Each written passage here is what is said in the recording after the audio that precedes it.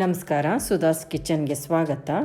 ಮನೆಯಲ್ಲಿರೋ ಪದಾರ್ಥಗಳನ್ನು ಬಳಸಿ ಮಾವಿನಕಾಯಿ ಚಟ್ನಿ ಮಾಡೋದು ಹೇಗೆ ಅಂತ ನೋಡೋಣ. ನಾನು ಇಲ್ಲಿ ಒಂದು ಮಾವಿನಕಾಯಿ ತೊಗೊಂಡಿದ್ದೀನಿ. ಇದನ್ನೀಗ ಸಿಪ್ಪೆ ತಕ್ಕೊಳ್ಳೋಣ.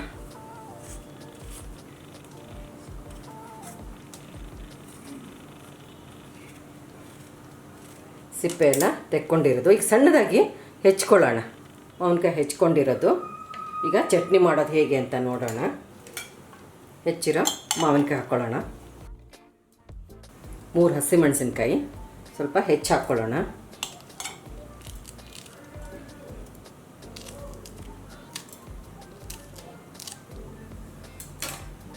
ಒಂದು ಬೆಳ್ಳುಳ್ಳಿ ಗಡ್ಡೆ ಚಿಕ್ಕದು ತೊಗೊಂಡಿದ್ದೀನಿ. ನಿಮ್ಮ ಹತ್ರ ದೊಡ್ಡದಿದ್ದರೆ 2 ಎಸಳು ಸಾಕಾಗುತ್ತೆ. ಸ್ವಲ್ಪ ಪುದೀನ, ಜೀರಿಗೆ ಸ್ವಲ್ಪ 1/4 ಟೀ ಸ್ಪೂನು,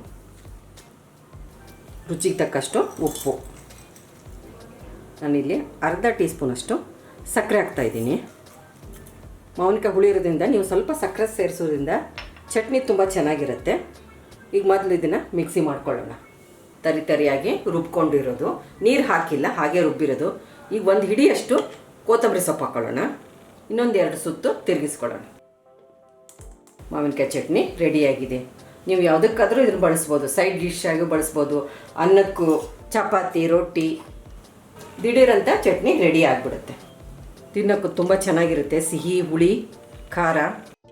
ನಮ್ಮ ಚಾನಲ್ಗೆ ಸಬ್ಸ್ಕ್ರೈಬ್ ಮಾಡಿ, ಬೆಲ್ ಐಕಾನ್ ಒತ್ತಿ ಹಾಗೂ ವಿಡಿಯೋಸ್ನ ಲೈಕ್, ಶೇರ್ ಮತ್ತು ಕಾಮೆಂಟ್ ಮಾಡಿ.